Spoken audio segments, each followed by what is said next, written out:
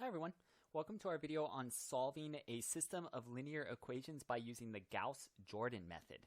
So in this Gauss-Jordan method, we're going to convert the system into a matrix.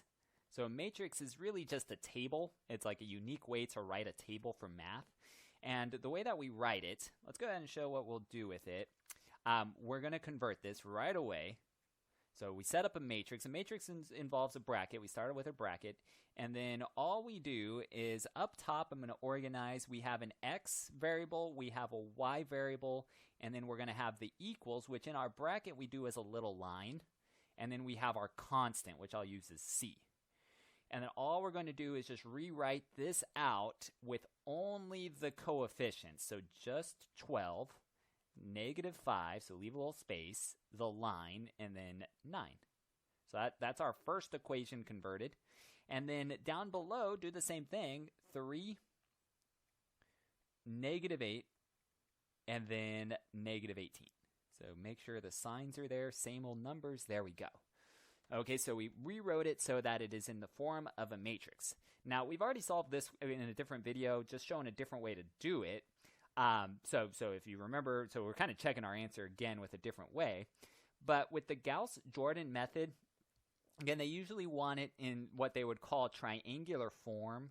So they want something, they want something like this eventually. And then I'm just going to put number. So they want a regular number and a regular number. So that would be if we do the whole method all the way. However, again, we don't need to go all the way with these problems with maybe the form that they really want. We can solve it quicker if we stop kind of halfway through with certain things. Okay, so this is maybe what they want eventually. Okay, but the way that I'm going to show this, we're going to do what's called row operations. So it's similar to what we did with the elimination method.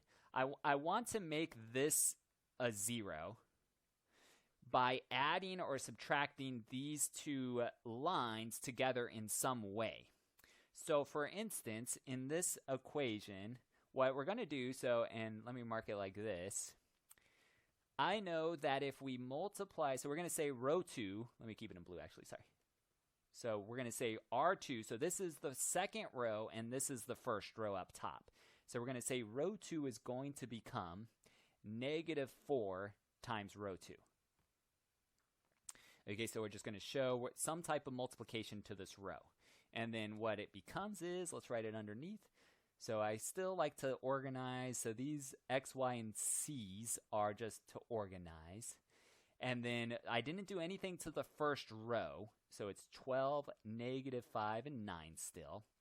The bottom row, the second row, I'm saying I need to multiply everything by -4. So that's -12, +32.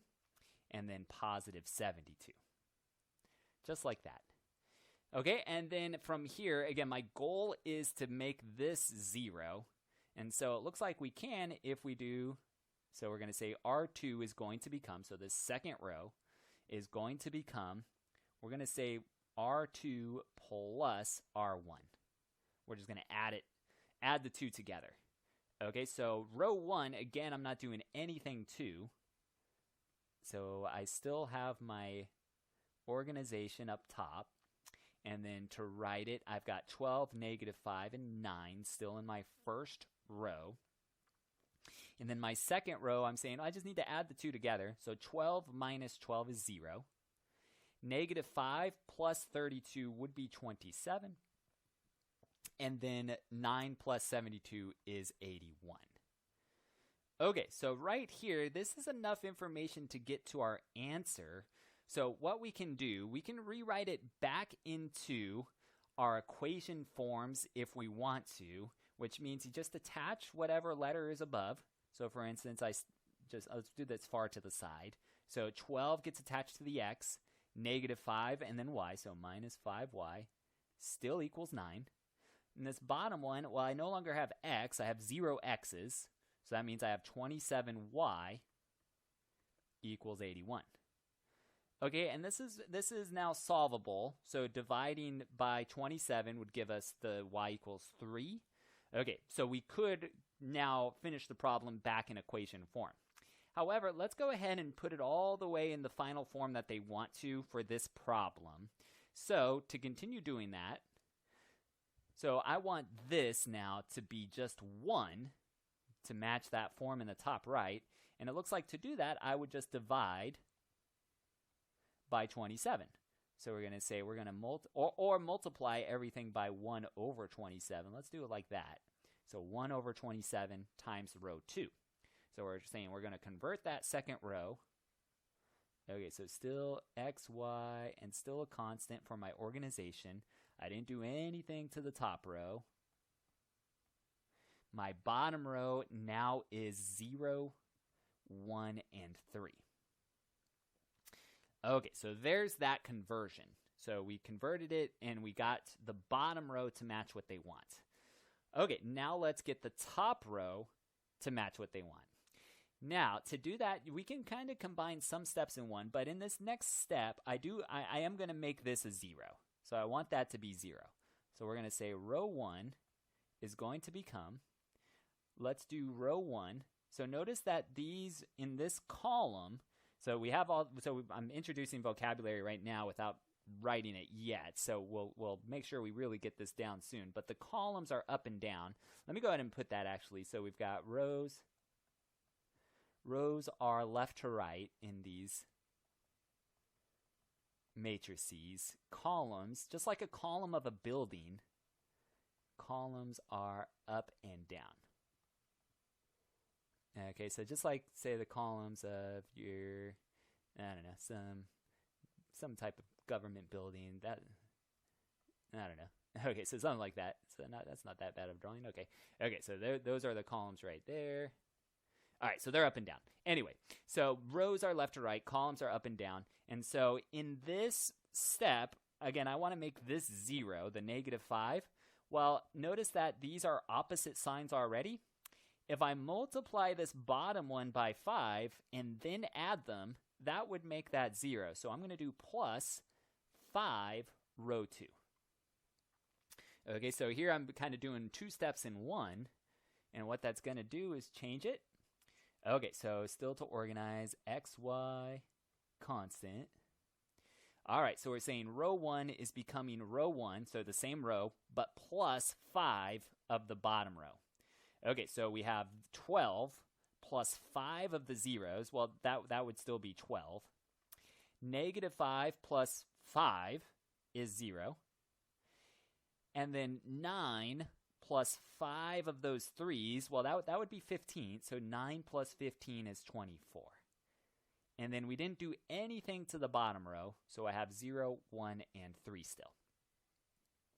Okay, so now that I've got this as a 0, that second entry in that first row, I can finally convert it all the way to this form that we wrote in the top right, because it looks like I could just divide the whole top row. So row 1, oops, I put the arrow too soon, sorry. So I'm going to do row 1 is going to become, so dividing all of them by 12 or multiplying by 1/12 gives us the same thing. And let's put that to the side right here. Okay, so I'm dividing those by 12. Well, 12 divided by 12 is 1. So there's our x, y. Let's get that set up again. Dividing 0 by 12 would stay 0. 24 divided by 12 is 2. And then our bottom row, we didn't do anything to. So it's 0, 1, and 3.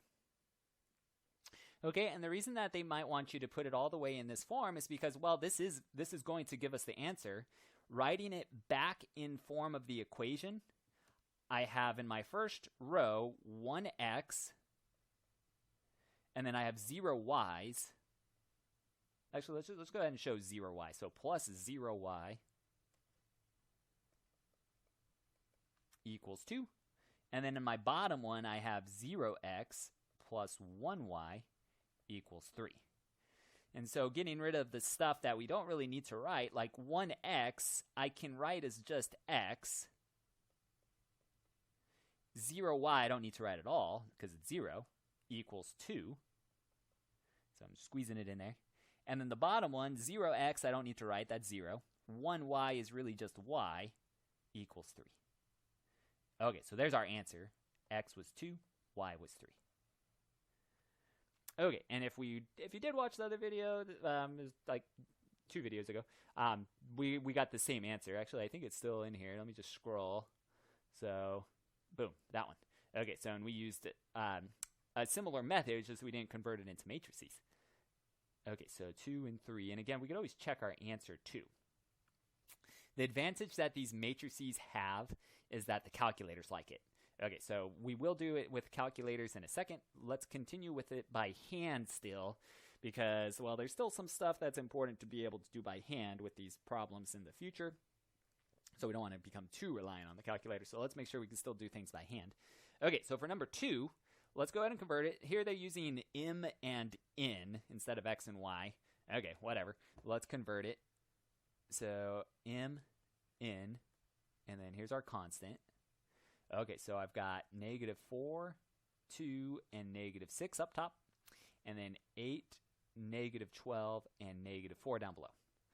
Okay, so there's our setup. So it's just rewriting just the coefficients with some spaces, and now we get to work with trying to figure out how to make things 0. All right, well, it looks like, and again, you could do it in different ways. As long as you can get a solution, it really doesn't matter if you break it down in the same way that I do. So there's lots of options. But say I do want to make this 0 right here. Say that's my goal. Well, it looks like, let's do this in one step. Let's see how we're feeling about it. So I'm going to say row 2 needs to become. Notice these do have a nice common factor, or common multiple. If I multiply the top by 2, I would have -8. So it looks like I should do row 2 plus 2 of the row 1s. And when we do that, it gives us, okay, so I'm not messing with the top row. So let's just go ahead and write it. And that's our m, n, and there's our constant. And then what we're saying is we're taking the row 2, we're going to add 2 of these ones above it. Okay, so 8 plus 2 of the -4s, that would be 8 minus 8. That would be 0. And then we're taking -12, and we're going to add 2 times 2. So -12 plus 4 is -8. And then -4, so row 2, the -4, plus 2 of those. So -4 plus -12 would be -16. So -4 minus 12 is -16. Okay, so there it all is. And then if I want to, let's just do one other step on this. Let's go ahead and say row 2. So let's go ahead and make this 1. So I'm going to multiply everything in that row by -1/8. And when we do that, so I've got my m, n, constant. There's the blank setup. The top row I'm not doing anything to, so -4, 2, -6. Bottom row, I'm multiplying everything by -1/8, or you can think of it divide by -8. Well, 0 divided by -8 is still 0. -8 divided by -8 would be +1. -16 divided by -8 is +2. And so now I can convert these back into, let's go ahead and convert them into an equation. So you could continue it just like we did in this last one, where you get it all into the form like this with the 1, 0, 0, 1, number. Okay, however, I'm going to go ahead and just write it back as -4m plus 2n equals -6. And then this bottom one is actually already solved, n equals 2. And so at this point, how about we just plug in the 2 into that n in that top equation. Okay, so let's sub in. So sub n equals 2, and we would have -4 times m plus 2 times 2 equals -6. And then from here we can solve it. -4m plus 4 equals -6. Minus the 4 on over. So we have -4m equals -10. And then dividing everything by -4 will give us m is equal to, that does reduce to be +5/2. So that's our other one. So let me go ahead and cloud it and cloud that. Okay, so it looks like we have an answer. And it, again, probably alphabetical order is how they would want it arranged. So 5/2 and 2. So that's our M and that's our N as our answer. Okay, and like all these types of equations, systems of equations, we could check this answer, see if it's correct. Let's go ahead and check it into that top equation. So the negative 4m plus 2n equals negative 6. So let's check it in that one, and because I'm kind of out of space, and you could check the second one to really verify. Okay, so if we plug it in, we've got negative 4 times 5/2 plus 2 times 2 equals negative 6. Okay, so question mark, is this true? Okay, so let's simplify. Well, negative 4, that is negative 4 over 1. Note that 4 and 2 here would reduce. So it does reduce nicely. Okay, and then we can now multiply. Negative 2 times 5 is negative 10. 1 times 1 in the denominator we no longer need to write. 2 times 2 is 4. Negative 10 plus 4 is negative 6. So it looks like it's good. And again, to really verify, we could plug it into the second equation there. I think it's going to work out just fine, though. And you could try it on your own if you really want to double check. Okay, but that's our answers. Okay, so notice the Gauss-Jordan method means to convert it into a matrix. And then we're showing our different row operations to the side to get our final answer eventually. Okay, so that's it. If you do have questions, please let me know. Otherwise, thanks for watching, and I'll see you again soon.